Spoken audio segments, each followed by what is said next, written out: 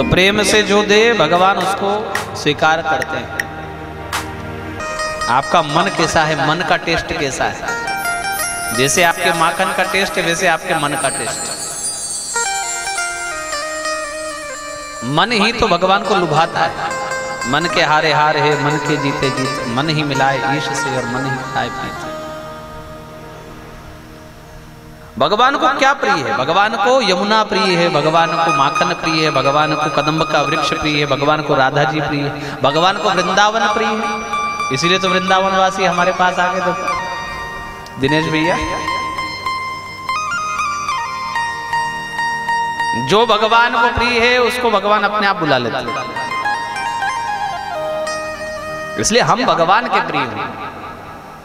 और भगवान के प्रिय तब होंगे जब भगवान की प्रिय वस्तुओं को उनके पास ले जाएं। वैसे तो भगवान भाव के भूखे हैं, कहां कुछ लेते हैं वो। इतनी बार थाली आपने भगवान को ले जाकर जिमाई, कभी कुछ घटा? हाँ, श्रीखंड बनाया गर्मी में, कम बना और एक कटोरी भगवान को ले जाकर दे दिया, वापस आया कि नहीं? क्या वहीं रह गया? भगवान नहीं रख लिया। ये भगवान का भाव है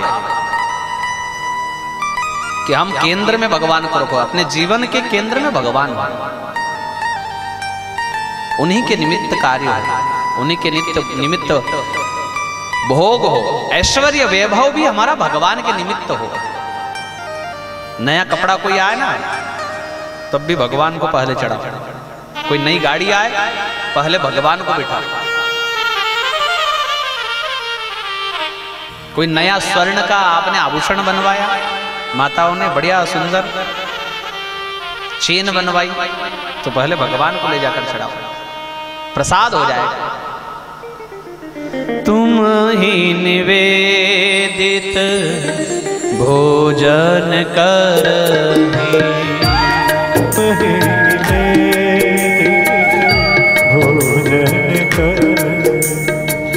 तुम ही निवेदित भोजन करहि, तुम ही निवेदित भोजन करहि। प्रभु प्रसाद पट भूषण धरहि, प्रभु प्रसाद पट भूषण धरहि, प्रभु प्रसाद पट भूषण धरहि, प्रभु प्रसाद पट भूषण धरहि।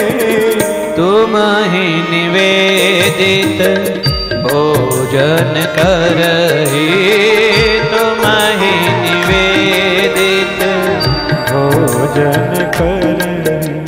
श्री राम जय राम जय जय राम, श्री राम जय राम जय जय राम, श्री राम जय राम जय जय राम, श्री राम जय राम जय जय राम, श्री राम जय राम जय जय राम, श्री राम जय राम जय जय राम, श्री राम जय राम जय जय राम, श्री राम जय राम जय जय राम। तुम्हारी कृपा तुम रघुनंदन, तुम्हारी कृपा तुम रघुनंदन।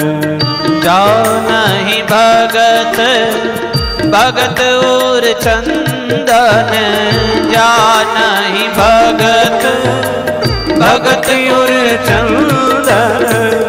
प्रभु प्रसाद पट भूषण धरहि, प्रभु प्रसाद पट भूषण धरहि। प्रभु प्रसाद पट यानी वस्त्र, भूषण यानी आभूषण। जैसे अभी हमने थोड़ी देर पहले ही चर्चा की कि नया फल आए भगवान को चढ़ाओ, नया अन्न आए भगवान को चढ़ाओ, ऐसे ही नया वस्त्र, नया आभूषण, आपका नया वाहन, जो कुछ आए भगवान को पहले निवेदित करो, प्रसाद स्वरूप स्वीकार करो ना। लेने में जल्दबाजी में कोई गलती भी अगर हो गई हो, मुहूर्त गड़बड़ा गया हो, तो भगवान का हो जाएगा, वहां तो सारे मुहूर्त पानी भरते हैं। तदेव लग्नं सुदिनं तदेव ताराबलं चन्द्रबलं तदेव विद्याबलं देवबलं तदेव लक्ष्मीपते ते युगमा स्मरामि। लक्ष्मीपति का स्मरण आपकी लग्न सुधार देगा, आपका वार सुधार देगा, आपकी तिथि सुधार देगा, आपका मुहूर्त सुधार देगा। आपका नक्षत्र बिगड़ा हुआ हो, एक बार लक्ष्मीपति का ध्यान, तो भगवान के ही निमित्त सारे कर्मों भाव से, प्रेम से, श्रद्धा से भगवान को निवेदित करें। ये षष्ठ स्कंद जो है ये पोषण लीला है, और पोषण है भगवान के नाम से। कर्मों का प्रायश्चित, इसमें अजामिल की कथा है। वो कथा आप सब लोग जानते हैं कि वह पहले तो माता पिता का भक्त था, बाद में वेश्या को देखने मात्र से दुराचारी हो गया, उसी के साथ रहने लगा, उसी से विवाह किया, पत्नी छोड़ी, बच्चे छोड़े, माता पिता को छोड़ा, ब्राह्मण संस्कार छोड़े, और जितने संसार भर के कुकर्म हैं वो सारे उसने किए। बाद में पश्चाताप उसको भी करना पड़ा। भगवान नाम ने उसको गति दिखाई, स्थिति दिखाई, और वो कितने पानी में है ये दिखाया। उसने केवल अपने बेटे को पुकारा, जब मृत्यु उसकी आई, यम के दूत उसको लेने को आए, नारायण नाम था बेटे का, पुकारा 2 बार 3 बार, नारायण नारायण। संयोग ऐसा था कि माता पिता की सेवा के परिणाम स्वरूप भगवान के पार्षद वहां से जा रहे थे, और उन पार्षदों ने सुना कि अरे हमारे भगवान का कोई भक्त दुखी है, तो तुरंत वो आकर वहां खड़े हो गए, यमदूतों को मार भगाया। और वो सब देख रहा है, खटिया पर पड़ा पड़ा क्या क्या हो रहा है।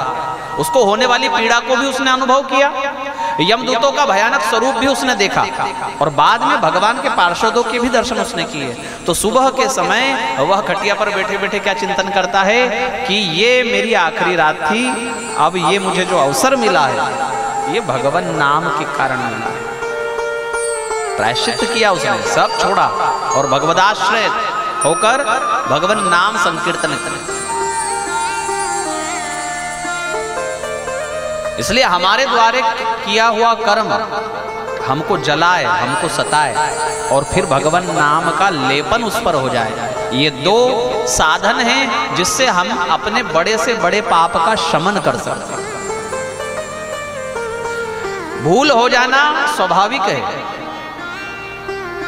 यहां तो बड़े बड़े देवताओं की कथा भी इसीलिए है, हमको समझाने के लिए। जिनका पतन हुआ है ऐसे देवता भी है, जो अपने मार्ग से भटक गए ऐसे ऋषियों की भी कथा है। और क्यों है ये सारी कथा? विश्वामित्र जैसे स्वयं ब्रह्मा के दूसरे अवतार जो कहे जाए, जो कार्य ब्रह्मा ने किया वो कार्य विश्वामित्र जी करने को प्रवृत्त हो गए, दूसरा सृष्टि बनाने को तैयार हो गए। ऐसे महान विश्वामित्र जी से भी गलती अगर हो सकती है तो फिर हम किस खेत की मूली हैं भाई? गलती हमसे भी हो सकती है, किंतु गलती का पश्चाताप और फिर भगवान नाम संकीर्तन, ये 2 साधन ऐसे हैं जो बड़े से बड़े पाप का भी शमन कर सकते हैं। सौगंध लें हम कि बाद में अब ये होगा नहीं, अब ये पाप दोबारा नहीं होगा, तब तो वो प्रायश्चित काम का, तब तो वो भगवान का नाम काम का, वरना पुनः पुनः उसी पाप में प्रवृत्त होते रहे।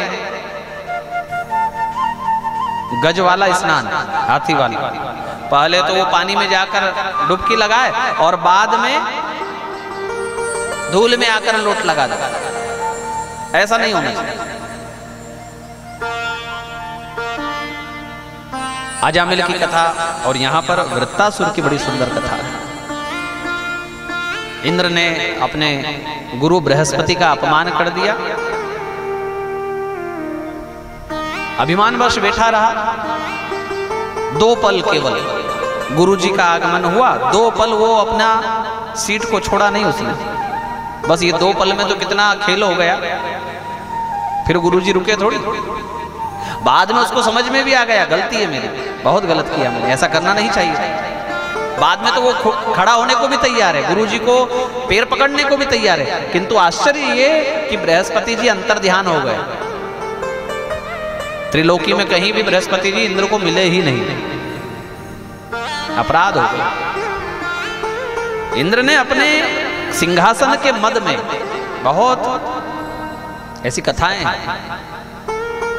एक बार तो दुर्वासा जी ने कमल पुष्पों की माला जो उनके गले में पड़ी थी, इंद्र का सुंदर सिंहासन, इंद्र का सुंदर राजशाही ठाट, और उसको भगवान का एक अवतार ही मानकर अपने गले की वो माला उतार कर इंद्र को भेंट कर दी, इंद्र को चढ़ा दी। इंद्र उस समय ऐरावत हाथी पर बैठा था। इंद्र ने कहा, कहाँ तो इतने बहुमूल्य ये रत्न आभूषणों की माला मैंने धारण कर रखी है, और ये कुमलाए हुए कमल पुष्पों की माला, ये ब्राह्मणों को भी क्या है, इनको कुछ आता जाता है नहीं, और हमको भी अपनी बराबरी का समझता। उसने कमल पुष्पों की माला निकालकर ऐरावत हाथी को पहना दी। ऐरावत हाथी तो हाथी ठहरा, उसने वो माला सूंड से उठा करके पैरों में पटक कर कुचल चल। दुर्वासा जी ने श्राप दिया श्रीहीन होने का। और आज वो दिन आ गया श्रीहीन होने का जो श्राप। आज गुरु जी रूठ गए और बिना गुरु के गति नहीं है। ब्रह्मा जी की शरण ली। ब्रह्मा जी ने कहा, पहले तो बहुत डांट लगाई कि तेरे साथ ऐसा ही होना चाहिए इंद्र, तुझे गुरु का पद प्रतिष्ठा का भी कोई भान नहीं, कौन सभा में आया है तुझे इतना भी पता नहीं। अब अपनी संतान जान करके पिता तो साथ देता ही है ना। ब्रह्मा जी ने कहा, ठीक है चल एक काम कर, तेरा सोतेला भाई विश्वरूप दैत्य है, दिति का बेटा है, किंतु मनसा वाचा कर्मणा बृहस्पति के ही तुल्य है। साधना उसकी ऐसी है, उसको अपना गुरु बना और उनको आचार्य बनाकर यज्ञ कर, तेरे पाप का शमन होगा। ब्रह्मा जी का कहा हुआ भी इंद्र ने किस प्रकार से निर्वाह किया, उसको गुरु तो बनाया और उनसे यज्ञ भी करवाया, किंतु विश्वरूप भगवान के भक्त थे और भगवान के भक्त होने के कारण समता की दृष्टि थी, भेद नहीं जानते थे। दैत्य, दानव, मानव, देव सबको बराबर आहुति दे रहे थे। आहुति देनी चाहिए थी केवल देवताओं को, किंतु आहुति किनको दे रहे थे, दैत्यों को भी बीच बीच में दे रहे थे। इंद्र ने छिपकर देख लिया और यज्ञशाला में ही अपनी तलवार से सिर धड़ से अलग कर दिया विष्णु। 3 सिर थे उनके, तीनों सिर उसके अलग कर दिए।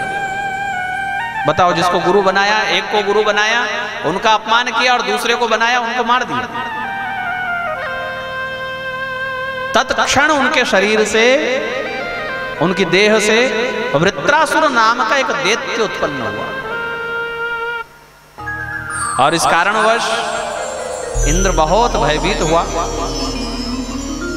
नैमिषारण्य धाम में दधीचि ऋषि से समागम हुआ। उन्होंने अपने अस्थियों का दान किया, वज्र बना, वज्र से वृत्रासुर मरेगा, ऐसी बड़ा विस्तार की कथा है। और उसने जब अपना वज्र तैयार कर लिया तो फिर ललकारा वृत्रासुर को। तो वृत्रासुर इतना प्रतापी था और इतना बलवान था कि युद्ध के मैदान में वज्र होने के बाद भी उसके एक आक्रमण से इंद्र के हाथ से वज्र भी गिर गया। अब तो इतना ही बाकी था बस कि वृत्रासुर अपनी तलवार चलाए और इंद्र का सिर धड़ से अलग कर दे। किंतु हुआ ये कि वृत्रासुर ने अवसर दिया इंद्र को, अपना खड्ग, अपना वज्र उठाओ इंद्र।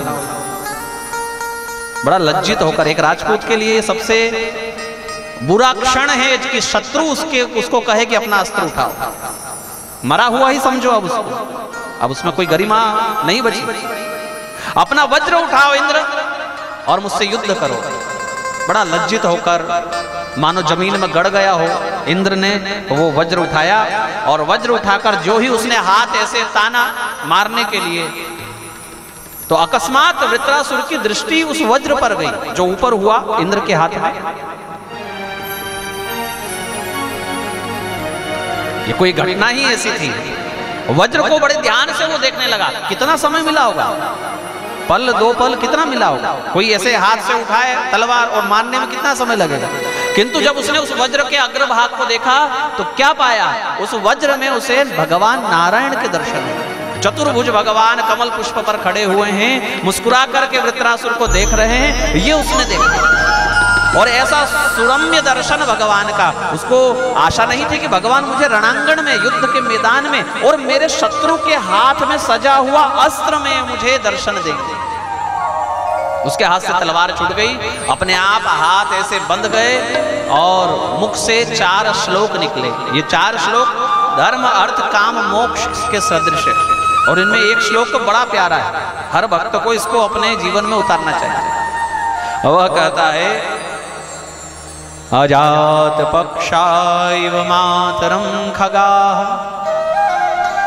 स्तन्यम यथावत् सतराः क्षुधार्था प्रियं प्रियेव व्युषितं विषण्णा मनोरविन्दाक्ष दिदृक्षते त्वाम्। भगवान को आज जोड़कर युद्ध के मैदान में एक तरफ तो सेना आपस में लड़ रही है, एक तरफ इंद्र उसको एक ही पल में मार देगा, और वो क्या श्लोक गा रहा है, अजात पक्षा इव मातरम खगाः। प्रभु मैं आपको इतनी आतुरता से याद कर रहा हूं, मैं इतनी आतुरता से आप में समाहित हो जाना चाहता हूं, आप में समा जाना चाहता हूं, आपके चरणारविंद को मैं इतना अकुला गया हूं। कितना, जितना एक पक्षी नवजात जिसके अभी पंख भी नहीं फूटे हैं और उसकी मैया अभी दाना लेने को गई है, अभी दाना लेकर आएगी और उसकी चोंच में डालेगी, तब उसको अच्छा लगेगा। जिस प्रकार से वह नवजात पक्षी अपनी माता के लिए तरस रहा है, बस वैसे ही मैं आपके लिए तरस रहा हूं। एक और उदाहरण उसने यहां लिया, स्तन्यम यथावत् सतराः क्षुधार्था।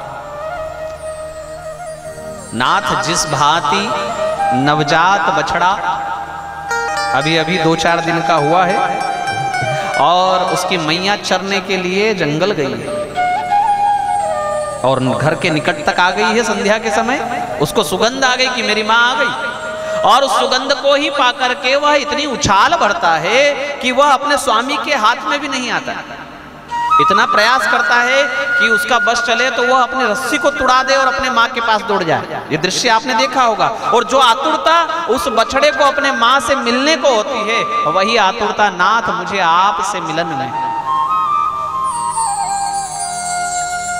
अच्छा, उसको लगा कि दाना मिल जाने के बाद पक्षी को अपनी माँ में इतना प्रेम थोड़ी होता है, या दूध मिल जाने के बाद बछड़े को अपनी गैया में इतना प्रेम नहीं होता है। तो उसने तीसरा उदाहरण यहाँ रखा, स्तन्यम प्रियं प्रियेव व्युषितं विषण्णा।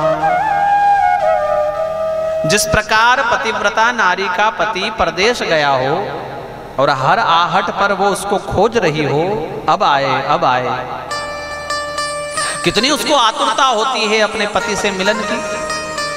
खैर आजकल तो मोबाइल ने इसको थोड़ा कम कर दिया है, हाँ, मोबाइल से तो जहां पति है वहीं से बात हो जाए, किंतु इसका अनुभव कि वो पतिव्रता नारी है और उसका पति कहीं गया है, 1 दिन का कह कर गया, 4 दिन हो गए, 8 दिन हो गए, तो उसको कितनी आतुरता है मिलने को। जितने उसके मन को बेचैनी है, इतने ही मेरे मन को बेचैनी है। ये तीसरा उदाहरण उसने क्यों रखा? पक्षी वाला उदाहरण हो गया, बछड़े वाला उदाहरण हो गया, ये पति पत्नी के मिलन वाला जो उदाहरण उसने रखा है वो इसलिए रखा है कि शायद पक्षी को दाना पाने के बाद में इतना प्रेम माँ में ना बचे, शायद बछड़े को दूध पीने के बाद माँ में इतना प्रेम ना बचे, किंतु पत्नी अपने पति से भेंट कर भी ले तब भी उसको पति में उतना ही प्रेम बना रहता है। इसलिए नाथ मैं आपको उतनी ही आतुरता से याद कर रहा हूं। ऐसी उसने प्रार्थना की। इंद्र का वज्र चला और उसका सिर धड़ से अलग हो गया और वह उस आत्मा के सदृश भगवान में समाहित हो गए। बोलिए श्री हरि भगवान की जय।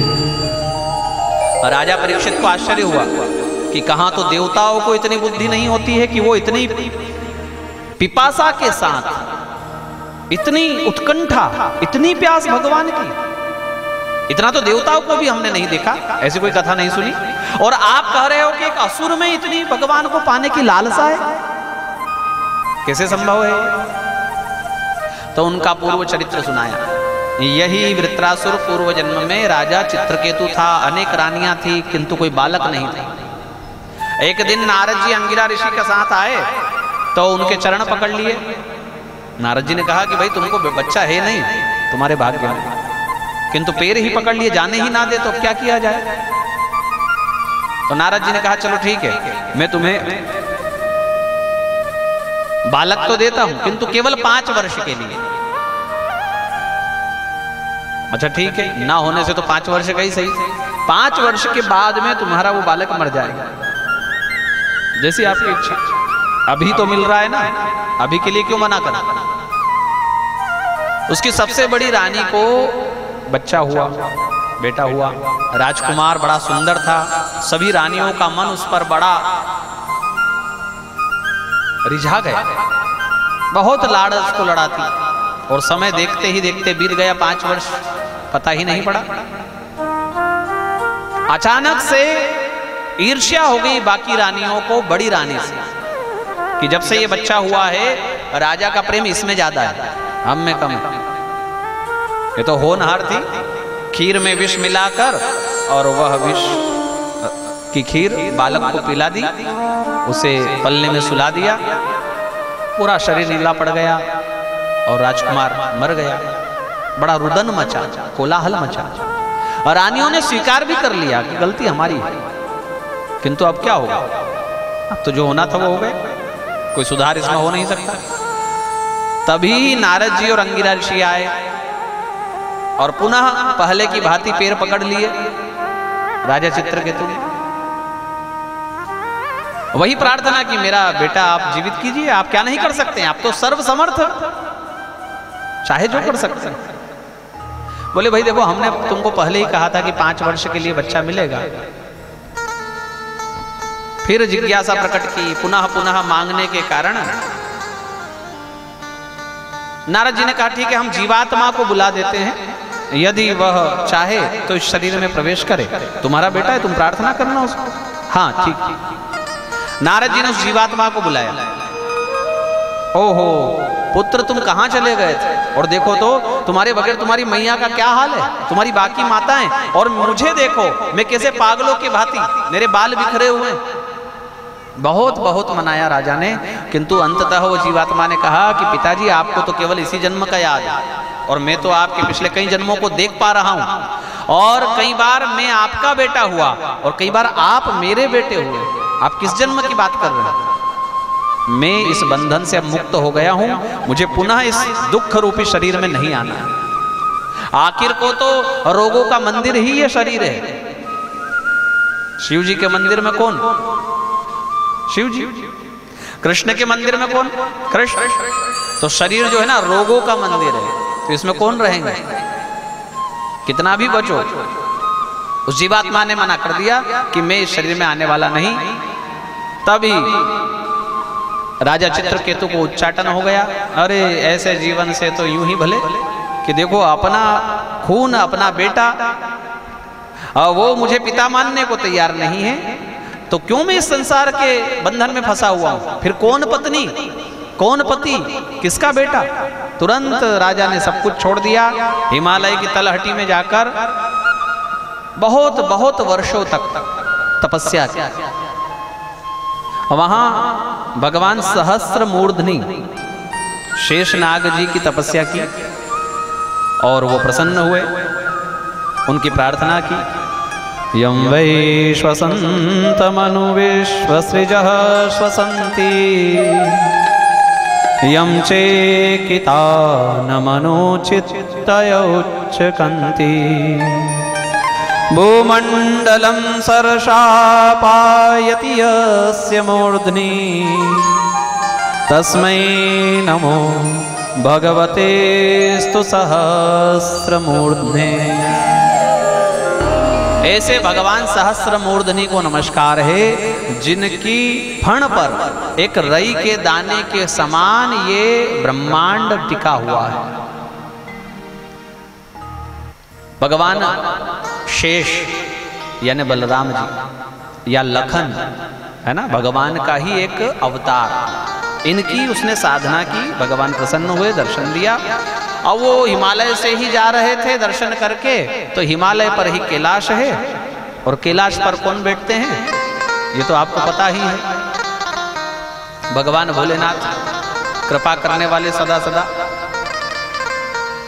आज उनकी जो स्थिति है, जो उनकी झांकी है ना, थोड़ी विचित्र है। क्या झांकी है आज उनकी? कि उनकी जंघा पर, उनकी गोद में पत्नी पार्वती बैठी हुई है, और वहां अन्य ऋषिगण उनकी स्तुति कर रहे हैं, उनके सामने गंधर्व नृत्य कर रहे हैं। ऐसी झांकी चित्रकेतु ने आकाश मार्ग से देखी और उतर गया नीचे वहां कैलाश पर, और शिव जी को बातें सुनाने लगा। वाह वाह, आप तो भगवान हो, आप तो संसार चलाने वाले हो, और आप ऐसी झांकी लेकर बैठोगे तो संसार वालों का क्या होगा? भगवान शिव मुस्कुराने लगे, उनको तो कोई फर्क पड़ता नहीं। कोई माला चढ़ाए तब भी वो राजी, और कोई गालियां दे तब भी वो राजी। राजा दक्ष ने इतनी गालियां सुनाई तो किसी ने कहा कि बहुत गालियां आपको दे रहे हैं और फिर भी आप मुस्कुरा रहे हो। शिव जी ने कहा कहाँ बैठे हैं हम? बोले ससुराल में। बस तो ससुराल में गालियां ही तो मिलेगी, और क्या मिलेगा? महादेव है, साधारण देव को तो फूल की माला चढ़ाओ तब वो प्रसन्न होता है, इनको तो मुंडों की भी माला चढ़ाओ ना तब भी वो प्रसन्न हो जाते हैं। बड़ा है दयालु भोलेनाथ डमरू वाला, बड़ा है दयालु भोलेनाथ डमरू वाला, बड़ा है दयालु भोलेनाथ डमरू वाला। जिनके गले में विषधर काला, नीलकंठ वाला भोलेनाथ डमरू वाला, बड़ा है दयालु भोलेनाथ डमरू वाला। ओ बड़ा है दयालु भोलेनाथ डमरू वाला।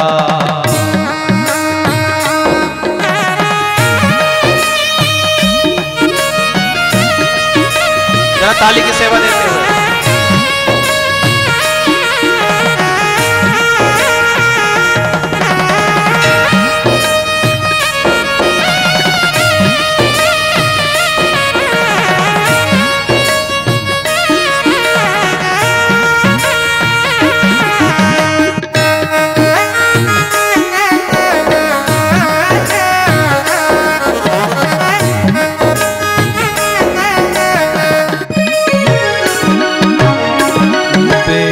पर्वत दो निरमाए, बगल पड़ी मृगशाला है, बैठे पर्वत दो निरमाए, बगल पड़ी मृगशाला है। ओ बैठे पर्वत दो निरमाए, बगल पड़ी मृगशाला है, बैठे पर्वत दो निरमाए, बगल पड़ी मृगशाला है।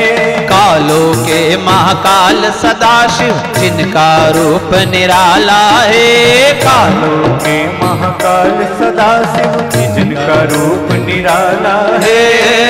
उनकी गोदी में गजानन लाला, नीलकंठ वाला भोलेनाथ डमरू वाला, बड़ा है दयालु भोलेनाथ डमरू वाला। हो बड़ा है दयालु भोलेनाथ डमरू वाला।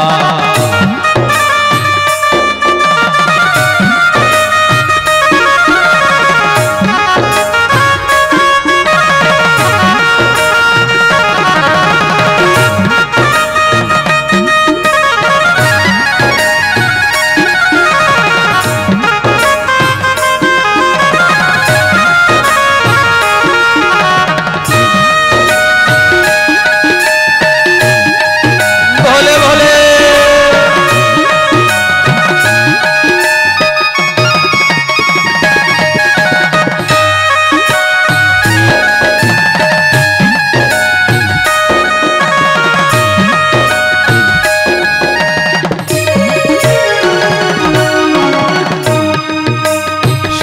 चंद्रमा जटा में गंगा, बदन पे भस्मी चोला है।